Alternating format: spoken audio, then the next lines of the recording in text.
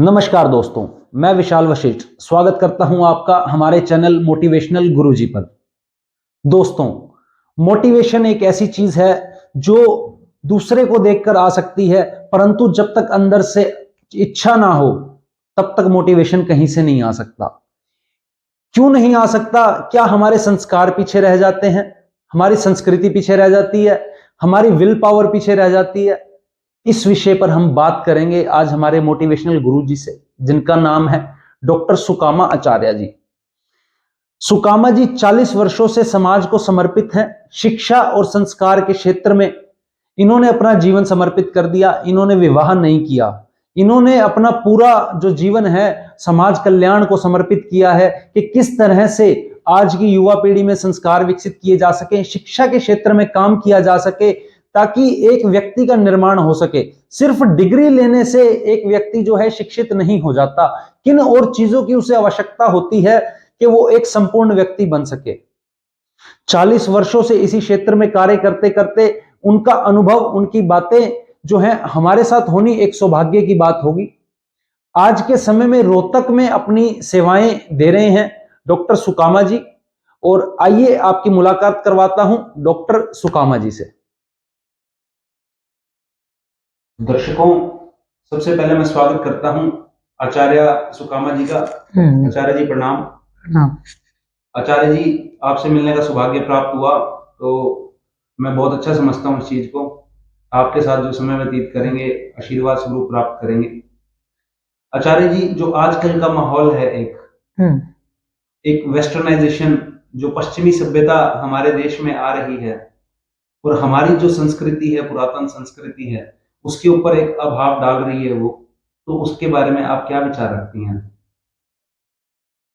देखिए, मानव निर्माण की जी जो सबसे उत्तम एक पद्धति है वो शिक्षा पद्धति है।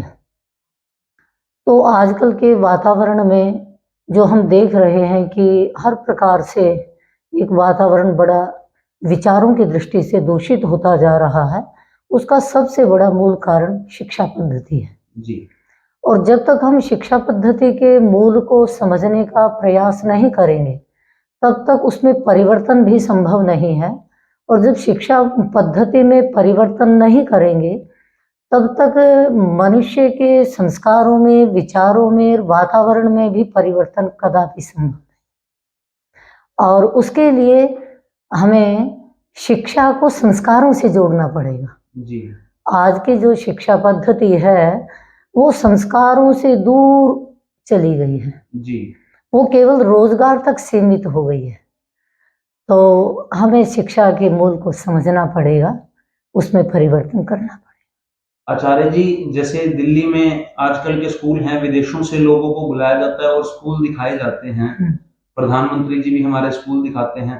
तो क्या वो शैली परिवर्तन की ओर है, या कोई और परिवर्तन इसमें हमें करना होगा जिससे हमारी संस्कृति भी उसमें उज्ज्वलित रहे?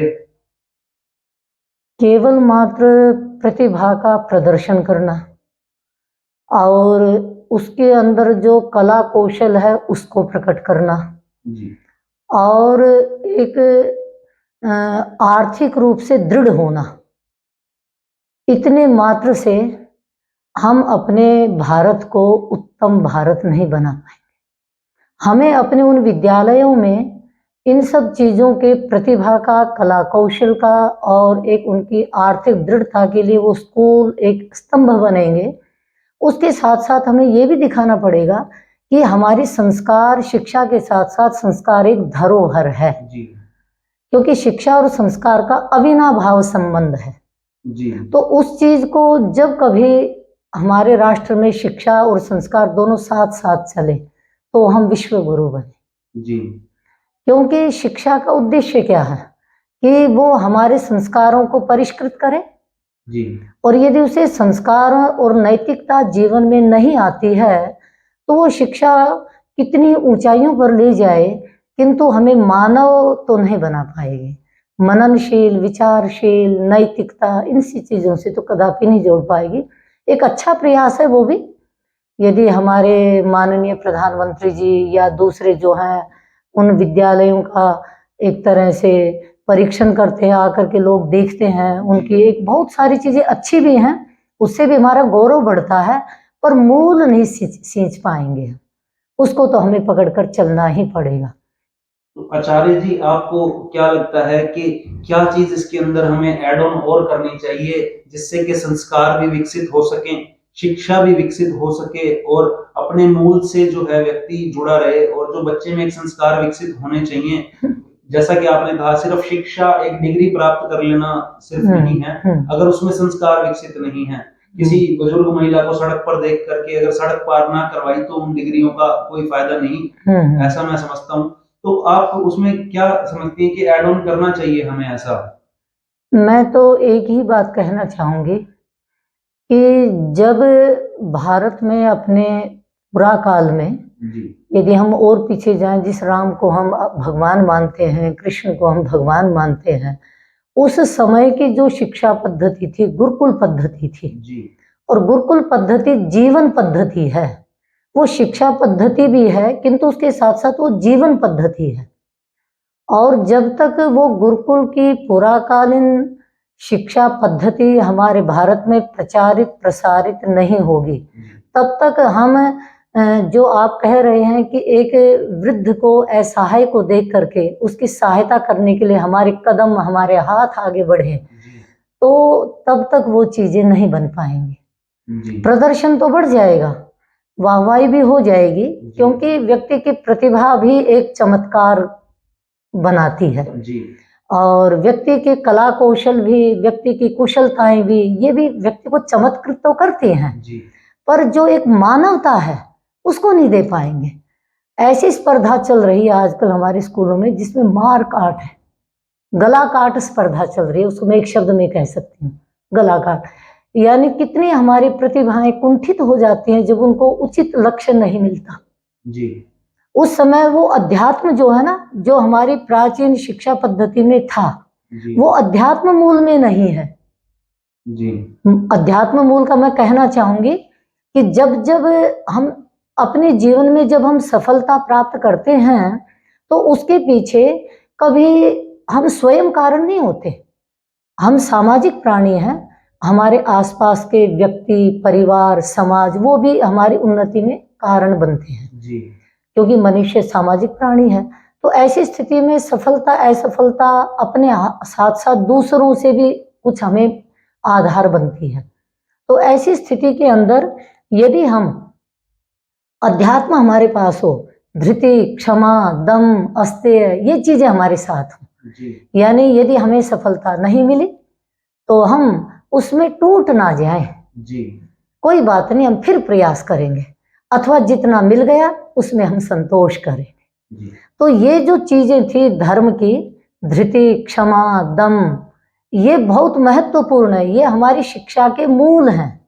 सत्य, अहिंसा, ये जो चीजें हैं ये हमारे व्यावहारिक जगत के एक ऐसे स्तंभ हैं कि इनको लेकर के चलेंगे तो परस्पर विश्वास बनेगा और फिर संपदाओं की कोई कमी नहीं रहेगी। आज आप देखिए विश्वास कितना खोया गया परस्पर, पिता पुत्र का परस्पर विश्वास नहीं है, भाई भाई का परस्पर विश्वास नहीं है, मित्र मित्र का विश्वास नहीं है। तो ये क्यों खोई गई ये चीजें? क्योंकि शिक्षा के मूल जो सिद्धांत थे वो हमसे दूर चले गए। दर्शकों, एक बहुत ही सुंदर जो है जानकारी आचार्य जी ने दी है कि एक तो लक्ष्य निर्धारित जीवन में होना बहुत जरूरी है, और अगर लक्ष्य निर्धारित है और इंसान अगर फेल हो जाता है कभी तो उससे हटना नहीं है, उसके ऊपर परस्पर निरंतर कार्य करते रहना। ये बहुत ही सुंदर जो लाइनें हैं और बहुत सुंदर प्रकाश डाला है। अगर इंसान इसे घोट के पी ले तो जीवन में मुझे लगता है मार नहीं खाएगा। आचार्य जी, ये तो शिक्षा एक पद्धति हो गई कि 150 करोड़ लोग हैं अभी, और जनसंख्या बढ़ने के अभी चांसेस हैं कि बढ़नी ही बढ़नी है। क्या संस्कार घरों से विकसित हो सके, ऐसा कोई मंत्र, मूल मंत्र आप बता सकें कि पिता और पुत्र का विश्वास भी बना रहे, संस्कार भी बने, पिता और पुत्री के संबंध जो हैं वो बने रहे, भाई भाई का संबंध रहे, तो ऐसे घरों में संस्कार कैसे विकसित किए जाएं? मैं कई बार इस संदर्भ में एक बात कहा करती हूँ कि जब तक वेदों की संस्कृति, वैदिक संस्कृति और 5 महायज्ञ जी हमारे घरों में नहीं आएंगे, तब तक परिवार का वातावरण भी कभी अच्छा नहीं बन पाएगा।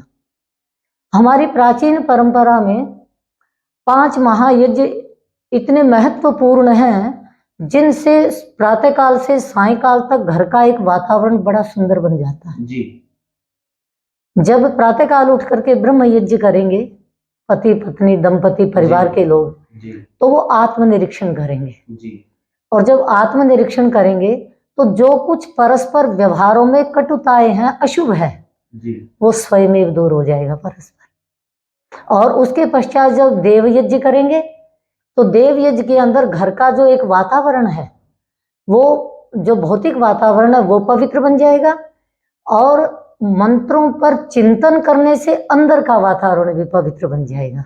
जी और उसके बाद जब पितृयज्ञ करेंगे तो आज माता पिताओं के लिए वृद्धाश्रम नहीं बनाने पड़ेंगे, जी वो घर में सेवा की जाएगी, जी और सेवा के साथ शुश्रूषा भी आएगी। जी जब हमारे अपने बड़ों के चरणों में बैठ करके और उनकी बातों को सुनने के लिए समय नहीं, सामर्थ्य नहीं, विचार नहीं, चिंतन नहीं, तो उनके अनुभव नहीं ले पाएंगे। जी अनुभव नहीं ले पाएंगे तो उनको कहेंगे ये तो पुरा काल के हैं, पुराने समय के हैं, अब समय बदल गया है। जी व्यक्ति सृष्टि के आरंभ से आज तक जो चल रहा है वो देवासुर संग्राम में चल रहा है। कभी उसमें दैवी विचार आते हैं, कभी आसुरी विचार आते हैं। जी आसुरी विचारों को मिटाने के लिए, दैवी भावों को जागृत करने के लिए यज्ञ की पवित्र परंपरा, 5 महायज्ञों की परंपरा हमारे परिवारों में रही।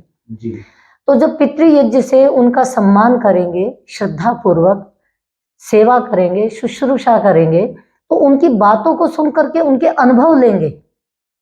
वो ऐसे नहीं था, आज हम रामायण के इतिहास से अनुभव ही तो ले सकते हैं, जी किंतु आज हम ये कहते राम पुराने थे, हम क्या आज नई पीढ़ी उनसे क्या सीखेगी, जी ये संभव नहीं है। जी ऐसे ही माता पिता भी हमारे लिए कभी पुराने नहीं होते, उनका ज्ञान, उनका अनुभव, उनकी आयु पुरानी होकर के भी महत्वपूर्ण है हमारे जीवन में। तो ये पितृयज्ञ से फिर जब माता पिता अपने माता पिता का करेंगे तो बच्चे देखेंगे जी कि अपने माता पिता की कैसी सेवा करते हैं, कैसी शुश्रूषा करते हैं, कैसे सम्मान करते हैं, कैसा भोजन देते हैं अच्छा, तो वो अपने माता पिता का करेंगे। ये तो एक परंपरा चलेगी पितृयज्ञ से, जी सुंदर परंपरा। अतिथि यज्ञ क्यों होते थे कि विद्वानों को, साधु सन्यासियों को, जो विद्वान होते थे, उन साधु सन्यासियों की मैं बात कर रही हूँ जी जिन्होंने वैदिक संस्कृति को अपने जीवन में पढ़ा है, सुना है, समझा है। जी तो ऐसे विद्वान घरों में आएंगे, माता पिता उनके चरणों में बैठ करके उनका उपदेश सुनेंगे, तो बच्चों को रोकना टोकना नहीं पड़ेगा। जब माता पिता को बैठा हुआ देखेंगे तो बच्चे स्वयं बैठ जाएंगे चरणों में, उनके जीवन में उस ज्ञान से परिवर्तन आएगा। ये था अतिथि देवो भव, जी मातृदेवो भव, पितृदेवो भव, आचार्य देवो भव। ये दैवी भावना, ये देवता मानने वाली चीजें हमारी दूर हो गई। जी उसके पश्चात आगे बलि वैश्वदेव यज्ञ है। तो बलि वैश्वदेव यज्ञ के अंदर भी क्या करते हैं, हमसे जो निर्धन है, हमसे जो अल्प सामर्थ्य वाले हैं, जी उनकी सहायता करना, और पशु पक्षी अन्य कीट पतंग जितना प्राणी जगत है, उनके लिए भी अपने अर्जित धन में से उनके लिए भोजन है या वस्त्र है, जो भी कुछ चीज है वो उनको देना, निर्धनों को देना, असहायों को देना, ये चीज। और फिर अंत में जो है इस प्रकार से ये 5 यज्ञ पूरे हो जाते हैं तो घर का वातावरण ही बदल जाएगा। जी और फिर बच्चों को संस्कार देने में 50% माता पिता को केवल पुरुषार्थ 50% से ज्यादा नहीं करना पड़ेगा। जी एक बार दिल्ली में कीर्तिनगर में मेरा 1 दिन का प्रवचन था। जी तो उस समय उन्होंने कार्यक्रम रखा हुआ था पर्यावरण प्रदूषण को कैसे रोका जाए। जी तो उस समय मैंने लगभग 1 घंटे का प्रवचन इसी विषय पर बोला था।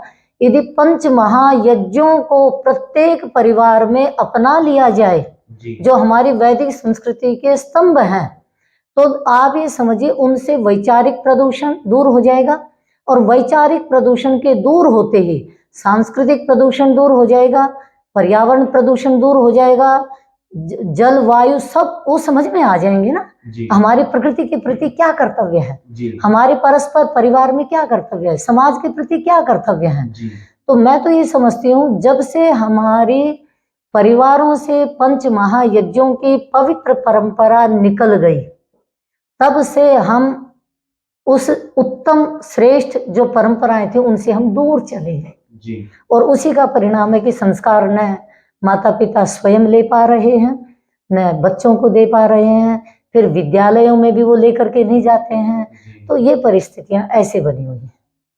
दर्शकों, बहुत ही सुंदर जो है ज्ञान आचार्य जी ने दिया है। इस वीडियो को जो लोग देख रहे हैं, बहुत ही अच्छी बातें बताई हैं कि अपने घर से ही कोई भी शुभ कार्य है उसकी शुरुआत होती है। मैंने वीडियोस डाले हैं वृद्धाश्रम में जाकर के, जो लोग दूसरों की सेवा कर रहे हैं, पर वृद्धाश्रम खुले क्यों? तो आचार्य जी ने बहुत सुंदर प्रकाश डाला है। अगर हमारे अंदर संस्कार विद्यमान हो, पेरेंट्स के अंदर संस्कार विद्यमान हो, पिता दादा की अगर सेवा कर रहा है तो पोते पे असर पड़ेगा। हमारे घर से ही हर चीज शुरू होती है। तो बहुत ही सुंदर आपने आचार्य जी प्रकाश डाला, और मैं समझता हूँ जिसने सुना होगा अपने जीवन में धारण करें उन चीजों को। एक आप गुरुकुल के बारे में बता रहे हैं कि गुरुकुल जो हमारा कल्चर है, पुरानी संस्कृति है, उसे लेकर के आया जाए, तो उसके बारे में आप क्या कहती हैं कि किस प्रकार से आ सकती है? क्या ऐसे गुरुकुल हैं अभी हमारे देश में, या खत्म होने की कगार पर आ चुकी हैं ये चीजें? देखिए, मैं एक बात मानती हूँ सदा, सत्य कभी मरता नहीं जी। वेद में एक मंत्र आता है, हिरणमयेन पात्रेण सत्यस्यापिहितं मुखम्। इस चमकीले जगत से सत्य पर आवरण तो आ जाता है कुछ दिन के लिए, जैसे बादलों से सूर्य हमें दिखाई नहीं देता जी। किंतु सत्य कभी मरता नहीं है। इसलिए सृष्टि के आरंभ से ही कभी ये गुरुकुल संस्कृति, वैदिक संस्कृति, भारतीय उज्जवल संस्कृति, कभी तो ऐसी शासन व्यवस्था आ जाती है जहां पर ये अपना प्रभाव जमा लेती है जी। और उसका बाहुल्य हो जाता है, आधिक्य हो जाता है।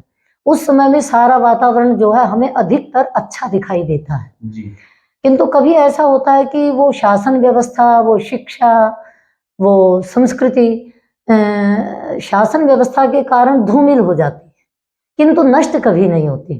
तो आज भी हमारी गुरुकुल संस्कृति नष्ट नहीं है। बहुत सारे गुरुकुल ऐसे हैं, कन्याओं के भी हैं और बालकों के भी हैं, जो आज उस परंपरा के अनुसार प्रातः काल से लेकर के सायंकाल तक की दिनचर्या आचार्यों के निरीक्षण में चलती है और वो बालक बालिकाएं चरित्रवान बनते हैं जी। वो सारे दुर्व्यसनों से दूर हो जाते हैं।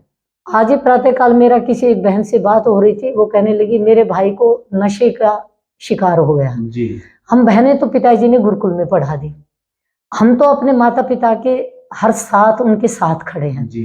किंतु मेरा भाई नशे का शिकार होकर के माता पिता टेंशन में आ गए। मैंने कहा कि वो बालिका बता रही थी, मैंने कहा यदि मेरे भाई को भी गुरुकुल में पढ़ा देते तो आज आपको ये दिन देखने ना पड़ते। क्योंकि मैंने देखा कि गुरुकुलों के अंदर हर प्रकार के दुर्व्यसनों से बालक आचार्यों के संरक्षण में दूर रहता है जी।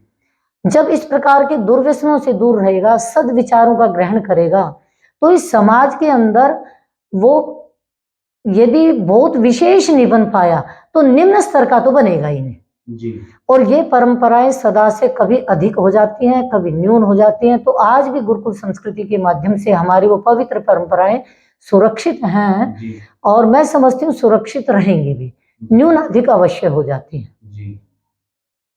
तो दर्शकों, बहुत ही सुंदर प्रकाश आचार्य जी ने डाला है, पर एक चीज और भी है। अगर घर में ही सब कुछ कुशल है, आपके बोलचाल का तरीका, किस तरह से आप घर में रह रहे हैं, अगर मैं समझता हूँ एक पिता शराब पी करके घर में आ रहा है तो उसके बच्चों पर जो उसका इम्पैक्ट है वो नेगेटिव जाएगा। लेकिन अगर एक माता पिता अपने घर पे धूप बत्ती कर रहे हैं, यज्ञ हवन कर रहे हैं और जो 5 यज्ञ बताए हैं उन चीजों को अपने जीवन में डाल रहे हैं, तो मुझे लगता है कि नेगेटिव इम्पैक्ट बच्चों पे नहीं पड़ेगा। बच्चों में भी वही संस्कार विकसित होंगे जो उनके माँ बाप से उन्होंने सीखे हैं। आचार्य जी, गुरुकुल परंपरा की अगर हम बात करते हैं तो आप कितने वर्षों से अभी गुरुकुल की सेवा में हैं? मैं 8.5 वर्ष की गुरुकुल में पढ़ने चली गई थी जी। कन्या गुरुकुल नरेला दिल्ली में था। स्वामी उमानंद सरस्वती जो बहुत बड़े हरियाणा के एक गौरव थे जी। उसका उन्होंने आरंभ किया था और उसके पश्चात अपनी शिक्षा MA PhD पूर्ण करने के पश्चात जी। फिर वहीं पर अध्यापन करते हुए आज तक 40 वर्ष व्यतीत हो गए जी वो शिक्षा के क्षेत्र में, गुरुकुल परंपरा के क्षेत्र में मुझे। जी। तो आचार्य जी, मैं ये भी बहुत बड़ी चीज समझता हूँ कि विवाह ना करना और अपना पूरा जीवन जो है समर्पित कर देना संस्कृति और संस्कारों को विकसित करने के लिए शिक्षा के क्षेत्र में और दूसरे क्षेत्रों में, ये बहुत बड़ी चीज है। अक्सर लोग ये नहीं कर पाते हैं, और करते हैं तो कुछ लोग राजनेता होते हैं अपनी राजनीति चमकाने या अपना स्वार्थ सिद्ध करने में। तो आचार्य जी, मैं नमन करता हूँ आपकी इस चीज को कि आपने जो जीवन अपना यापन किया है और समर्पित किया है इस चीज को, ये बहुत बड़ी चीज है कि सारा जीवन निकाल देना गुरुकुल के लिए और शिक्षा और बाकी क्षेत्रों में समाज सेवा, समाज कल्याण, समाज हित के लिए काम करने के लिए। क्या अभी हमारे पास हरियाणा में कोई ऐसे गुरुकुल हैं, कन्या महाविद्यालय हैं, जहां पर इस तरह के संस्कार दिए जाते हों? हाँ, कई गुरुकुल हैं हरियाणा में। जैसे मैं जहाँ रोहतक में बैठी हूँ तो अपना विश्व भारत कन्या गुरुकुल रुड़की है। उसके पश्चात बहादुरगढ़ में एक लोहा कला गुरुकुल है कन्याओं का, बहुत पुराना गुरुकुल है। इस गुरुकुल को तो 4 वर्ष ही हुए हैं। उससे पूर्व मैं कन्या गुरुकुल चोटीपुरा में 30 वर्ष तक अपनी विद्या संबंधिनी बहन डॉक्टर सुमेधा जी के साथ 30 वर्ष में रही हूँ। और वहाँ आज वो गुरुकुल भी बहुत ऊंचाइयों को है। हमारे वहाँ से बालिकाएं IAS अधिकारी बनकर के निकली हैं, PCS की है जिन्होंने, और बहुत सारे क्षेत्रों में जिन्होंने अपने एक कीर्तिमान बनाए हैं। तो इस प्रकार से गुरुकुल जो है, अब लोग उस परंपरा को देखते हुए और गुरुकुलों पर एक विश्वास करने लगे हैं। हमने जब उस गुरुकुल का आरंभ किया था तो हमने अपने मन में यही विचार बनाया था, जब गुरुकुल चोटीपुरा का शुभारंभ आचार्य सुमेधा जी के साथ मैंने किया था, तो यही विचार बनाया था कि हम इतना पुरुषार्थ करके गुरुकुल संस्कृति को सम्मानित करेंगे। आज आप देख सकते हैं कि हमारा जो गुरुकुल है चोटीपुरा, वो कितने एक सम्मानित स्थिति को, प्रतिष्ठा को प्राप्त है। और यहाँ तो 4 वर्ष से ही हमने आरंभ किया है। आशा है बालिकाएं यहाँ पर भी बड़ी प्रतिभाशालिनी बालिकाएं हैं और आगे वो भी जो है बढ़ेंगी। जैसे अब हमारे उस गुरुकुल में बालिकाएं बहुत कीर्तिमान बनाए हैं और बना रही हैं। तो मैं समझती हूँ कि ये जो गुरुकुल संस्कृति है, यदि व्यक्ति इसको जिए तो मानव निर्माण बहुत अच्छी तरह से हो सकता है। क्योंकि यहाँ शिक्षा और संस्कार दोनों को हम साथ लेकर के चलते हैं, प्रातःकाल से लेकर के सायंकाल तक। अभी मेरे पिछले दिनों एक हमारी स्नातक डिग्री कॉलेज में नारनौल में है, तो एक दिन वो मेरी दूरभाष पर बात हो रही थी, तो वो कहने लगी कि आज मेरे प्रिंसिपल बोले, अरे तुम तो गुरुकुल को जीती हो, मेरे इस स्टाफ में तुम गुरुकुल को जीती हो। मुझे ये देख करके बड़ी प्रसन्नता होती है। तो वो कह रही थी कि आचार्य जी आज मैं धन्य हो गई। आज मुझे याद आया कि हमने गुरुकुल में जो जीवन जिया, आज लोग प्रिंसिपल स्कूल में हमारे कर्तृत्व से, व्यक्तित्व से कितना अच्छा अनुभव करते हैं। तो ये हमारी गुरुकुल संस्कृति का एक तरह से जय जयकार है।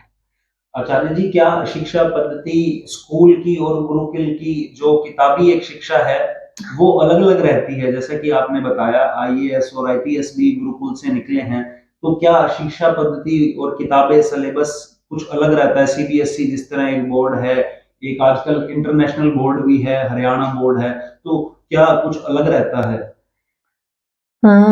देखिए, सामान्य विषय तो जो बोर्ड वाले होते हैं या CBSE वाले होते हैं वो सभी रहते हैं विषय। हमारे गुरुकुलों में संस्कृत मुख्य रूप से पढ़ाई जाती है, जिसमें वेद आ जाते हैं, वेद का कुछ भाग आ जाता है, कुछ दर्शन आ जाते हैं, उपनिषदें आ जाती हैं, और अपना जो एक आर्ष ग्रंथ है मुख्य रूप से, ऐसे बहुत सारे ग्रंथों का कुछ कुछ भाग आ जाता है। व्याकरण आदि जो ग्रंथ हैं वो सब आ जाते हैं। तो उन ऋषियों के ग्रंथों के पढ़ने से बुद्धि भी एक पवित्र हो जाती है। तो बाहर के विषय भी रहते हैं, और आज चाहे वो IAS जो परीक्षा है उसके अंदर भी सिविल सर्विस में भी हमारे बच्चे जा सकते हैं।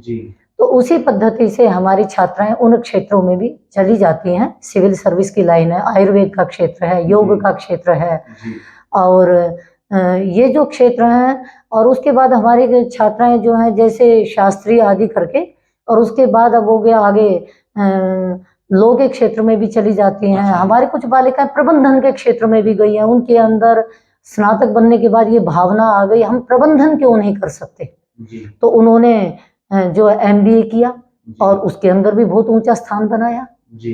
तो यदि मन में एक रुचि हो, जिज्ञासा हो, तो बहुत सारे क्षेत्रों के अंदर मतलब हमारी छात्राएं गई हैं, जा रही हैं और जा भी सकती हैं। जी। किंतु उसके मूल में जो विशेष चीज है गुरुकुल पद्धति, जो जीवन पद्धति, जो जीवन शैली जो है मुख्य रूप से, जी। वो जीवन शैली विशेष रूप से गुरुकुलों में प्रदान की जाती है, जिसके माध्यम से आगे बढ़ते हैं।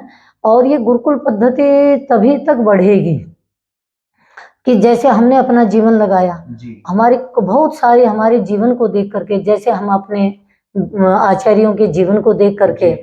और इस मार्ग पर आगे बढ़े, उनसे आदर्श, उनके आदर्श हमारे सामने रहे। जी। हमारे जीवन को देख करके भी हमारी बहुत सारी स्नातिकाएं जी। अपने जीवन को हमारे तरह समर्पित कर चुकी हैं। जी। हमारे अपने वहाँ गुरुकुल चोटीपुरा में भी हैं बहुत कई स्नातिकाएं हमारी। यहाँ पर भी मेरे साथ डॉक्टर सुरभि, वो भी अपना जीवन मेरे सामने समर्पित कर चुकी है। जी। आगे वो भी उत्तराधिकारी के रूप में वहाँ पर आचार्य सुमेधा जी के साथ हैं, इधर मेरे साथ सुरभि जी हैं। जी। तो जो इसी तरह से इन परंपराओं के लिए अपने जीवन को समर्पित कर चुके हैं। ये होता है जीवन को देख करके जीवन का बदलना जी। और उस परंपरा को आगे बढ़ाना। तो दर्शकों, ये एक दूसरे से प्रेरणा लेनी, अपना जीवन जो है संस्कारों शिक्षा के क्षेत्र में लगा देना, इससे बड़ी मोटिवेशनल चीज और कोई नहीं है। क्योंकि अगर संस्कार नहीं होंगे तो शिक्षा किसी काम की नहीं, और अगर शिक्षा के साथ संस्कार है तो फिर सोने पे सुहागा वाली चीज हम कह सकते हैं कि एक आदमी शिक्षित भी है और उसके अंदर संस्कार भी विकसित हैं, अपने धर्म को लेकर के, अपनी संस्कृति को लेकर के वो एक्टिव है इंसान, तो वो सामने वाले को जवाब भी दे पाता है। आचार्य जी, आज की युवा पीढ़ी जो है भटक जाती है बहुत जल्दी। एक तरफ हम बात कर रहे हैं गुरुकुल्स हैं, हम इनकी तरफ जाएं, योग केंद्र हों और प्राकृतिक चिकित्सा और हमारे जो संस्कृति से जुड़ी हुई चीजें हैं वो हों, और दूसरी तरफ हम देख रहे हैं बड़े बड़े शहर हैं जहां पर ये डिस्को और पब खोले जा रहे हैं। तो आप युवा पीढ़ी को क्या संदेश देती हैं कि शायद हमारे कहने पे नहीं, हमारी उम्र कम है, पर आपकी उम्र, आपका तजुर्बा और आपका जो समर्पण भाव है संस्कृति के प्रति, उसको देख करके शायद मैं समझता हूँ अगर कोई एक व्यक्ति भी अपना भाव बदल लेता है तो वीडियो बनाना व्यर्थ नहीं होगा। मैं अपनी युवा पीढ़ी को यही संदेश देना चाहूंगी, युवा शब्द यु मिश्रणे अमिश्रणे धातु से बना है जी। कि उसके अंदर शुभ का मिश्रण और अशुभ का, शुभ अशुभ का जो मिश्रण होता है, वो युवा में वो शक्ति होती है। यदि उसको अशुभ का पता चला जाए, लग जाए, तो वो अपने अंदर एकदम परिवर्तन कर सकता है। और वास्तव में वो युवा जब आजकल के वातावरण में इन चीजों को लेकर के और भटक जाता है, उसको कुछ वर्ष के पश्चात पता लगता है कि मैं भटक गया जी। मैंने मार्ग का चयन ठीक नहीं किया, मैंने संगति अच्छी नहीं की।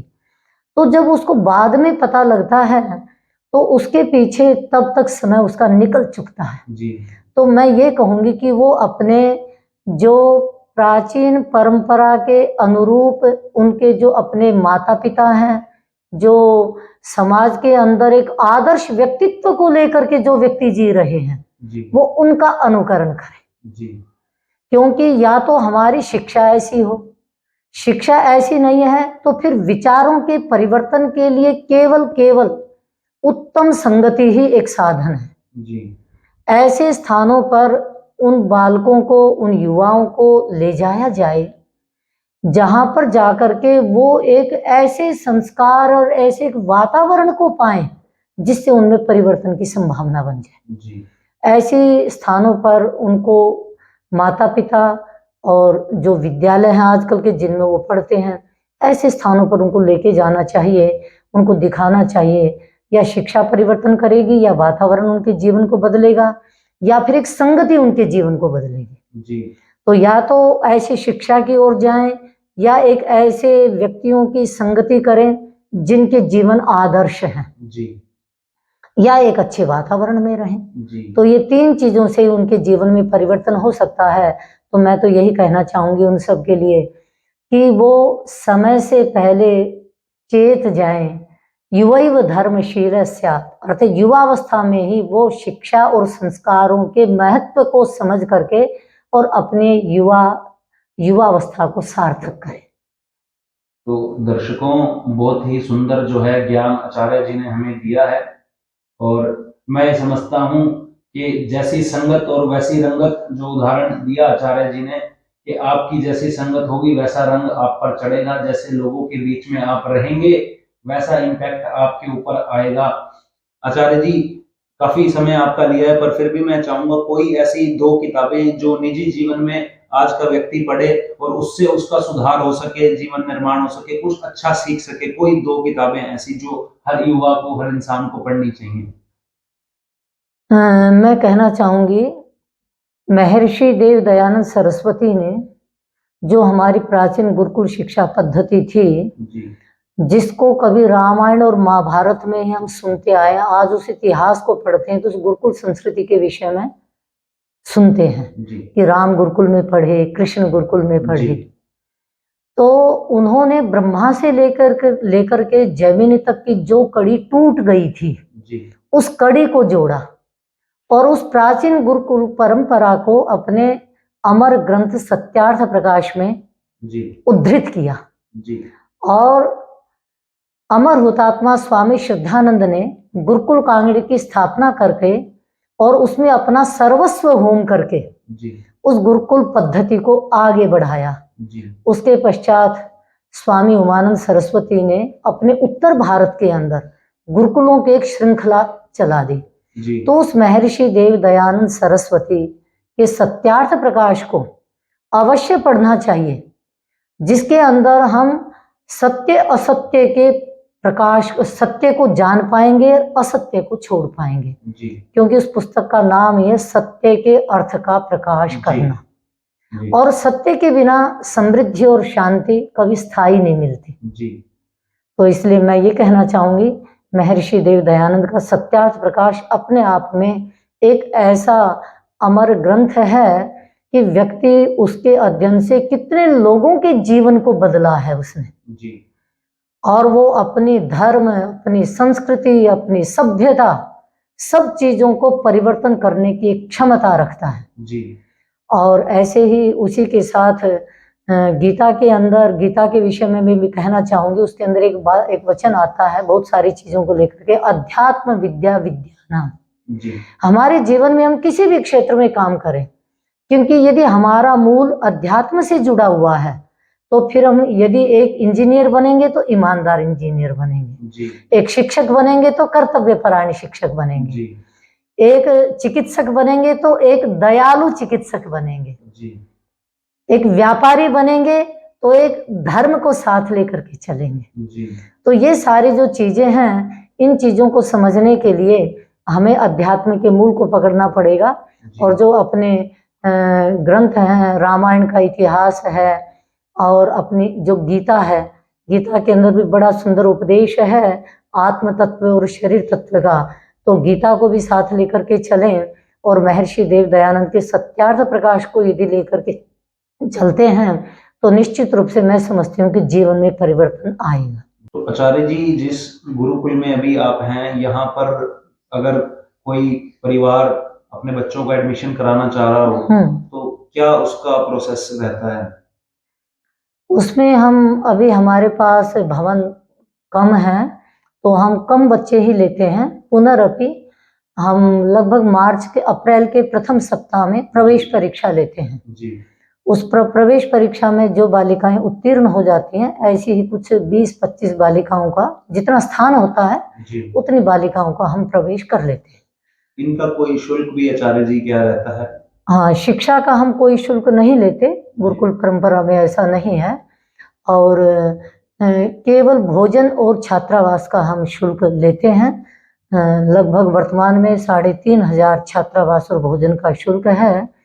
और बाकी बच्चे जो हैं अपने दिनचर्या के अंदर, अपनी शिक्षा के अंदर इस प्रकार से एक सीमित संसाधनों के द्वारा एक शब्द आता है विद्या तपोभ्याम भूतात्मा। हम बाहर के पब्लिक स्कूलों की तरह बहुत अधिक सुविधाओं से युक्त बालिकाओं को नहीं रखती, विद्या और तप दोनों को लेकर के चलती हैं, स्वावलंबन लेकर के चलती हैं।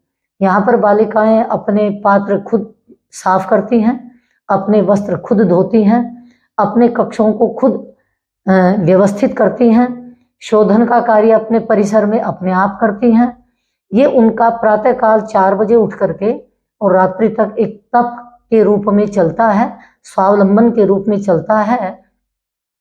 तो इस प्रकार विद्या और तप दोनों को साथ लेते हुए सीमित संसाधनों के साथ हम बालिकाओं को यहाँ पर संस्कारित करती हैं, शिक्षित करती हैं। तो आचार्य जी कुछ, क्योंकि अभी आप बता रहे हैं सीमित जो है सीट्स हैं, लेकिन हमारे देश में जो है जनता बहुत ज्यादा है और मैं समझता हूँ गरीब लोग भी बहुत हैं, तो कोई ऐसा व्यक्ति जिसकी आय नहीं है, ऐसे जो है हम कुछ बच्चों को, जो बच्चे मतलब यहाँ के अनुशासन में रहते हैं, विद्याभ्यास और व्रताभ्यास में अच्छे चलते हैं, लाभ उठाते हैं यहाँ से, ऐसे बच्चे हैं हमारे पास कई बच्चे कि जिनको हम बिना शुल्क लिए भी यहाँ पर रखते हैं। और ऐसे भी बहुत सारे सज्जन होते हैं जो ऐसी प्रतिभाशालिनी संस्कारी बालिकाओं के खर्च को वहन कर लेते हैं, उनको छात्रवृत्ति प्रदान कर देते हैं। यदि छात्रवृत्ति कुछ मिल जाती है तो उससे पूर्ति हो जाती है, अथवा हम जो भी दान रूप में गुरुकुल को मिलता है तो हम अपनी ओर से उसकी व्यवस्था कर लेते हैं। आचार्य जी अपना संपर्क सूत्र जो है एक बार दे दें। हमारा जो गुरुकुल है उसका जो दूरभाषांक है वो 9416197366। इस दूरभाष पर वो जानकारी ले सकते हैं। इसी के साथ एक दूसरा नंबर है 9518854199। तो इससे गुरुकुल विषयक आप जानकारी प्राप्त कर सकते हैं। ये कन्या गुरुकुल विश्ववारा कन्या गुरुकुल रुड़की जो है ये रोहतक, हरियाणा के रोहतक जनपद में और सोनीपत रोड पर भालोट के निकट 3 किलोमीटर पर अवस्थित है। और साधन भी यहाँ पर गमनागमन के, बस आदि के, ऑटो आदि के बने रहते हैं। तो जो गुरुकुल दर्शन के लिए आना चाहें, गुरुकुल संस्कृति को देखना चाहें, या जो प्रवेश के इच्छुक हैं तो वो संपर्क कर सकते हैं। जो भी व्यवस्था होगी उस व्यवस्था के अनुसार उनको यहाँ पर प्रवेश मिल सकता है। तो दर्शकों बहुत ही सुंदर विचार आचार्य जी ने दिए। मैं समझता हूँ कि ऐसे व्यक्तियों के दर्शन ही दुर्लभ होते हैं और विचार हम वीडियो के माध्यम से रिकॉर्ड करके आप तक पहुंचा पा रहे हैं। भारत के कोने कोने तक ये विचार पहुंचेंगे और मैं समझता हूँ अगर कोई एक व्यक्ति भी अपने जीवन में इन विचारों का अनुसरण करता है, उतारता है, तो हमारा वीडियो बनाना जो है व्यर्थ नहीं जाएगा। तो आज के लिए इतना ही दर्शकों। आचार्य जी बहुत समय आपका लिया है मैंने, और आपने जितना भी हमें समय दिया मैं समझता हूँ आशीर्वाद है और अपना सौभाग्य समझता हूँ। बहुत बहुत धन्यवाद।